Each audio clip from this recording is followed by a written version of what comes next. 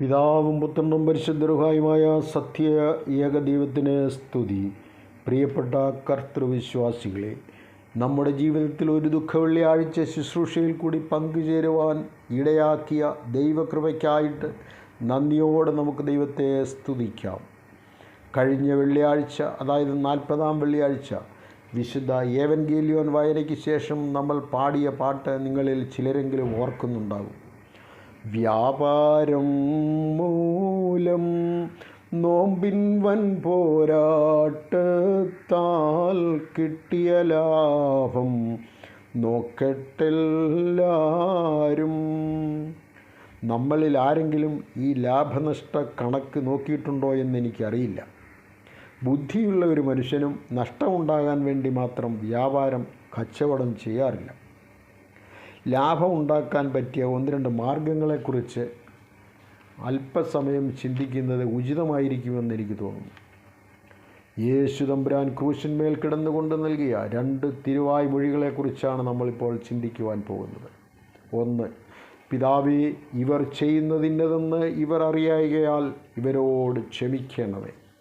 Father, forgive them, for they do not know what they are doing. Saint Luke chapter 23 verses 34. താൻ ക്രൂശിക്കപ്പെടുന്നതിന് ഏതാനും ദിവസങ്ങൾക്ക് മുമ്പ് നടത്തിയ ഗിരിപ്രഭാഷണത്തിൽ sermon on the mount യേശു തമ്പുരാൻ ഇപ്രകാരം അരുൾ ചെയ്തു: നിങ്ങളുടെ ശത്രുക്കളെ സ്നേഹിപ്പീൻ, നിങ്ങളെ ഉപദ്രവിക്കുന്നവർക്ക് വേണ്ടി പ്രാർത്ഥിപ്പീൻ. Saint Matthew's chapter 5 verses 44. യേശു പ്രാർത്ഥിച്ചതുപോലെ ശ്രേഷ്ഠമായൊരു പ്രാർത്ഥന ലോകം ഇതുവരെ കേട്ടിട്ടില്ല. തങ്ങളെ ഉപദ്രവിക്കുവാനോ കൊല്ലുവാനോ വരുന്ന ശത്രുവിനെ സ്നേഹിക്കണം, ശത്രുവിനോട് ക്ഷമിക്കണം, അല്ലെങ്കിൽ അവർക്ക് വേണ്ടി പ്രാർത്ഥിക്കണം എന്നൊക്കെ പറയുന്നത് മനുഷ്യനാൽ അസാധ്യമായ കാര്യമാണെന്ന് നമ്മൾ പറയും.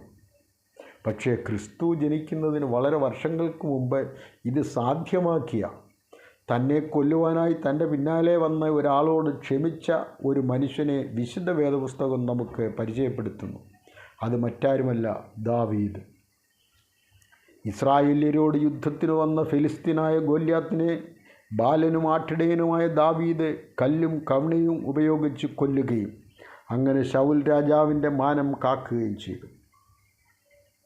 എങ്കിലും ശൗൽ രാജാവിന് ദാവീദിനോട് വൈരാഗ്യം തോന്നുകയും ദാവീദിനെ കൊല്ലുവാൻ തീരുമാനിക്കുകയും ചെയ്തു.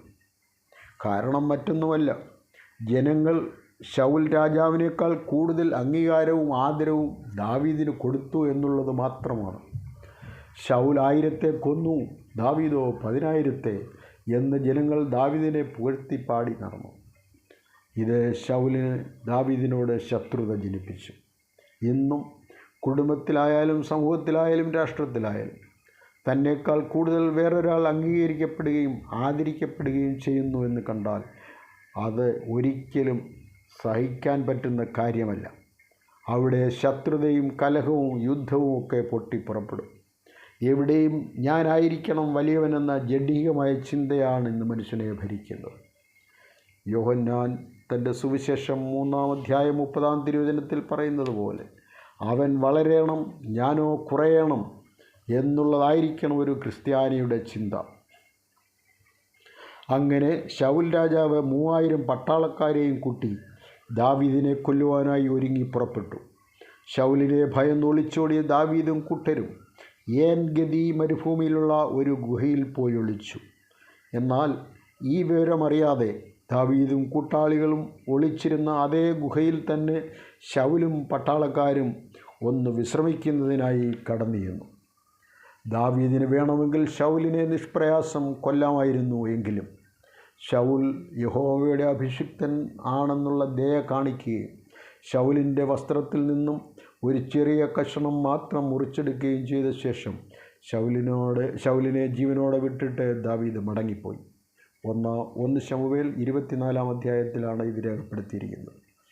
ഇതുപോലെ തന്നെ 2-ാമത്തെ പ്രാവശ്യവും ശൗൽ രാജാവും കൂടെയുള്ള 3000 പേരും ഒരു മരുഭൂമിയിൽ വെച്ച് ദാവീദിൻ്റെയും കൂട്ടുകാരുടെയും കയ്യിൽ അകപ്പെട്ടു. ശൗലിനെ ഭയന്ന് പ്രാണരക്ഷാർത്ഥം ദാവീദ് ഒരു മരുഭൂമിയിൽ പോയി താമസിച്ചു. എന്നാൽ ദാവീദിനെ തിരഞ്ഞ് ശൗലും കൂട്ടരും അവിടെയും എത്തി. രാത്രിയിൽ ശൗൽ പട്ടാള ക്യാമ്പിൽ കിടന്നുറങ്ങുമ്പോൾ ദാവീദ് ഒരു സഹായിയെയും കൂട്ടി അവിടെ എത്തി. ശത്രുവായ ശൗലിനെ കൊല്ലുവാൻ അനുകൂലമായ സാഹചര്യം ഉണ്ടായിരുന്നിട്ടും അങ്ങനെ ചെയ്യാതെ ശൗലിൻ്റെ തലയ്ക്കൽ നിലത്ത് കുത്തിയിരുന്ന വാളും ജലപാത്രവും വാട്ടർ ബോട്ടിൽ മാത്രം എടുത്തുകൊണ്ട് ദാവീദ് പോകുന്ന കാഴ്ചയാണ് ഇവിടെ കാണുന്നത്. ദാവീദ് ദൂരെ നിന്ന് ശൗലിനെ വിളിച്ച് ഈ സംഭവം വിവരിച്ചു പറഞ്ഞപ്പോൾ ശൗലിന് മനസ്സലിവും മാനസാന്തരവും തോന്നിയിട്ട് എൻ്റെ മകനെ ദാവീദേ എന്ന് ഉറക്കെ വിളിച്ചു കരഞ്ഞു. ശത്രുവായ ശൗലിൻ്റെ മനസ്സലിയിക്കുവാൻ, മാനസാന്തരത്തിനിടയാക്കുവാൻ ദാവീദിൻ്റെ ക്ഷമയ്ക്ക് സാധിച്ചു. ഇത് 26-ാം അധ്യായത്തിലാണ് രേഖപ്പെടുത്തിയിരിക്കുന്നത്.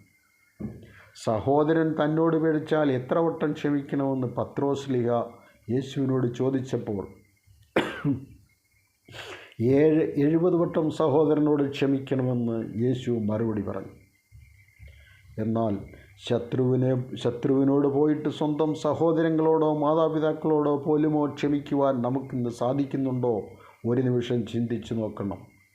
ഇല്ലെങ്കിൽ ഈ ദുഃഖവെള്ളിയാഴ്ച ശുശ്രൂഷയിൽ സംബന്ധിച്ചിട്ട് എന്ത് പ്രയോജനം? 2-ാമത്തെ തിരുവായ്മൊഴി, ഇതാ നിൻ്റെ അമ്മ. ശുദ്ധമുള്ള യോഹന്നാൻ്റെ സുവിശേഷം 19-ാം അധ്യായം 27-ാം തിരുവചനം. താൻ ഈ ലോകം വിട്ടുപോകുമ്പോൾ തൻ്റെ അമ്മ അനാഥയാകാൻ പാടില്ല. തനിക്ക് വേണ്ടി വളരെ ത്യാഗങ്ങളും ക്ലേശങ്ങളും സഹിച്ച അമ്മ തൻ്റെ അഭാവത്തിൽ ഇനിയും വേദനിക്കുവാൻ പാടില്ല. തൻ്റെ അമ്മയെ ഏറ്റവും സുരക്ഷിതമായ കരങ്ങളിൽ, തൻ്റെ അരുമശിഷ്യനായ യോഹന്നാൻ്റെ കരങ്ങളിൽ ഏൽപ്പിച്ചു കൊടുത്തിട്ട് യേശു പറയുകയാണ്, ഇതാ നിൻ്റെ അമ്മ. ഒരു മകൻ അമ്മയോടുള്ള അഗാധമായ സ്നേഹത്തിൻ്റെ പ്രകടനമാണ് നാം ഇവിടെ കാണുന്നത്. ലോകപ്രകാരമുള്ള മക്കൾ തങ്ങളുടെ മാതാപിതാക്കളെ എങ്ങനെ സ്നേഹിക്കുകയും കരുതുകയും വേണമെന്നുള്ളതിന് ഒരു ഉത്തമ മാതൃകയാണ് യേശു ഇവിടെ ലോകത്തിന് കാട്ടിത്തരുന്നത്. പക്ഷേ നിർഭാഗ്യമെന്ന് പറയട്ടെ, ഇന്നത്തെ യുവതലമുറ അവരുടെ സുഖ സൗകര്യങ്ങളുടെ പൂർത്തീകരണത്തിന് വേണ്ടി സ്വന്തം മാതാപിതാക്കളെ വാർദ്ധക്യത്തിലെ അവരുടെ നിസ്സഹായാവസ്ഥയിൽ നിഷ്കരണം വൃദ്ധാശ്രമങ്ങളിലേക്ക് വലിച്ചെറിയുന്ന, അവരെ ഒറ്റപ്പെടുത്തുന്ന ദയനീയമായ കാഴ്ചയാണ് നാം ഇന്ന് കാണുന്നത്. തങ്ങളുടെ വാർദ്ധക്യകാലത്ത് മക്കളും കൊച്ചുമക്കളും ഒരുമിച്ച് സ്നേഹം പങ്കിടുവാനും വയറ് നിറയെ ഭക്ഷണം കഴിക്കുവാനും ഒക്കെ കൊതിക്കുന്ന എത്രയെത്ര മാതാപിതാക്കളെ നമുക്ക് ചുറ്റും കാണുവാൻ കഴിയും. ചില വീടുകളിലാകട്ടെ മാതാപിതാക്കൾക്ക് കേവലം വേലക്കാരുടെ സ്ഥാനമാണുള്ളത്. വേതനമില്ലെന്ന് മാത്രം. വീട്ടുജോലികളെല്ലാം ചെയ്തു കൊടുക്കുക, ഭക്ഷണം എന്തെങ്കിലും കിട്ടിയാൽ അതും കഴിച്ച് ഏതെങ്കിലും ഒരു മൂലയിൽ പോയി കിടന്ന് ഉറങ്ങുക. സങ്കീർത്തനക്കാരൻ 133-1 പറയുന്നു, സഹോദരന്മാർ ഒരുമിച്ച് വസിക്കുന്നത് എത്ര ശുഭവും എത്ര മനോഹരവുമാകുന്നുവെന്ന്. എന്നാൽ കൂട്ടുകുടുംബത്തിൻ്റെ പ്രസക്തി നഷ്ടമായിക്കൊണ്ടിരിക്കുന്ന ഒരു യുഗത്തിലാണ് ഇന്ന് ഞാനും നിങ്ങളും ജീവിക്കുന്നത്. ഇതിനെ കലിയുഗമെന്നാണ് പേർ വിളിക്കുന്നത്. പക്ഷിമൃഗാദികളുടെ കുഞ്ഞുങ്ങൾ സ്വയം പര്യാപ്തത നേടുന്നത് വരെ മാത്രമേ മാതാപിതാക്കളുടെ സംരക്ഷണയിൽ കഴിയാറുള്ളൂ. സ്വയം പര്യാപ്തത നേടിക്കഴിഞ്ഞാൽ അവർ സ്വതന്ത്രരായി പോകുന്നു. പിന്നീട് അവർക്ക് മാതാവോ പിതാവോ സഹോദരങ്ങളോ ഇല്ല. ദൈവത്തിൻ്റെ സ്വന്തം സ്വരൂപത്തിലും സാദൃശ്യത്തിലും സൃഷ്ടിക്കപ്പെട്ടവനായ മനുഷ്യൻ, സൃഷ്ടിയുടെ മകുടം എന്ന ഉന്നത പദവി ചാർത്തുന്നവനും സംസ്കാര സമ്പന്നനെന്ന് അവകാശപ്പെടുന്നവനുമായ മനുഷ്യൻ ഇന്ന് പക്ഷിമൃഗാദികളുടെ നിലവാരത്തിലേക്ക് സ്വയം തരം താഴ്ത്തപ്പെടുന്നത് കാണുമ്പോൾ തീർച്ചയായും ദൈവം അനുതപിക്കുന്നുണ്ടാകും. യോഹന്നാൻ ശ്ലീഹായുടെ 1-ാം ലേഖനം 4-ാം അധ്യായം 20-ാം തിരുവചനത്തിൽ ഇപ്രകാരം രേഖപ്പെടുത്തിയിരിക്കുന്നു, ഞാൻ ദൈവത്തെ സ്നേഹിക്കുന്നു എന്ന് പറയുകയും തൻ്റെ സഹോദരനെ, മാതാപിതാക്കളെ എന്നുകൂടി ഇവിടെ ചേർത്ത് വായിക്കണം, പകയ്ക്കുകയും ചെയ്യുന്നവൻ കള്ളനാകുന്നു. Whoever claims to love God yet hates a brother or sister, here add parents also, is a liar. ചിലർക്ക് പൊതുജനസമക്ഷത്തിൽ വെച്ച് മാതാപിതാക്കളോടും സഹോദരങ്ങളോടും അമിതമായ അതിരറ്റ സ്നേഹപ്രകടനമായിരിക്കും.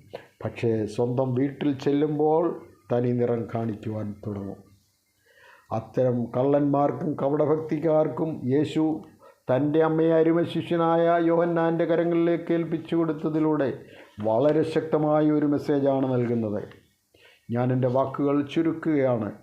യേശു ക്രൂശിൽ കിടന്നുകൊണ്ട് നൽകിയ 2 സന്ദേശങ്ങളെക്കുറിച്ചാണ് നമ്മൾ ഇതുവരെ ചിന്തിച്ചത്. അതായത് ക്ഷമയും സ്നേഹവും. കുടുംബം എന്ന സൗധത്തിൻ്റെ 2 നെടുംതൂണുകളാണ് സ്നേഹവും ക്ഷമയും. വ്യക്തിബന്ധങ്ങളെ തമ്മിൽ അരക്കിട്ടുറപ്പിക്കുന്ന മിശ്രിതങ്ങളാണ് സ്നേഹവും ക്ഷമയും. എന്നാൽ സ്നേഹം, ക്ഷമ എന്നീ നെടുംതൂണുകൾക്ക് സംഭവിച്ചുകൊണ്ടിരിക്കുന്ന ബലക്ഷയം പല ക്രിസ്തീയ കുടുംബങ്ങളെയും ശിഥിലങ്ങളാക്കുന്നു. സ്നേഹം, ക്ഷമ എന്നീ മിശ്രിതങ്ങളിൽ മായം ചേർക്കപ്പെടുന്നതിനാൽ വ്യക്തിബന്ധങ്ങളിൽ വിള്ളലുകൾ ഉണ്ടാകുന്നു. ക്രിസ്തുവാകുന്ന അടിസ്ഥാനത്തിന്മേൽ പണിയുന്ന വീടുകളൊന്നും ശക്തമായ കാറ്റുമൂലമോ മഴ മൂലമോ ഒരിക്കലും വീഴുകയില്ല. ഇന്ന് സമ്പത്തെന്ന അടിസ്ഥാനത്തിന്മേലാണ് മിക്കവരും ക്രിസ്തീയ ഭവനങ്ങൾ പണിയുന്നത്. സമ്പത്ത് പെരുകുന്നതനുസരിച്ച് അഹങ്കാരവും പെരുകുന്നു. അഹങ്കാരികളുടെ ഇടയിൽ സ്നേഹവും ക്ഷമയും ഉണ്ടാകാറില്ല. സ്നേഹത്തിൻ്റെയും ക്ഷമയുടെയും അഭാവം മൂലമാണിന്ന് ക്രിസ്ത്യാനികളുടെ ഇടയിൽ വിവാഹമോചനം അനുദിനം പെരുകിക്കൊണ്ടിരിക്കുന്നത്. ദൈവം നിഗളികളോട് എതിർത്ത് നിൽക്കുകയും താഴ്മയുള്ളവർക്ക് കൃപ നൽകുകയും ചെയ്യുന്നു എന്ന് യാക്കോബ് ശ്ലീഹ തൻ്റെ ലേഖനം 4-ാം അധ്യായം 6-ാം തിരുവചനത്തിൽ പറയുന്നു. ക്രിസ്തു ക്രൂശിൽ കിടന്നുകൊണ്ട് നൽകിയ സ്നേഹത്തിൻ്റെയും ക്ഷമയുടെയും സന്ദേശങ്ങൾ നമുക്ക് സ്വാംശീകരിക്കാം. അങ്ങനെ നമ്മുടെ ഓരോരുത്തരുടെയും കുടുംബങ്ങൾ സന്തോഷത്തിൻ്റെയും സമാധാനത്തിൻ്റെയും സ്വർഗീയ ഭവനങ്ങളായി, മാതൃകാ കുടുംബങ്ങളായി പരിലസിക്കുവാൻ ദൈവം ഇടയാക്കട്ടെ എന്ന് പ്രാർത്ഥിച്ചുകൊണ്ട് ഞാൻ എൻ്റെ വാക്കുകൾ ചുരുക്കുന്നു. ദൈവനാമം മാത്രം മഹത്വപ്പെടുമാറാകട്ടെ. ആമീൻ.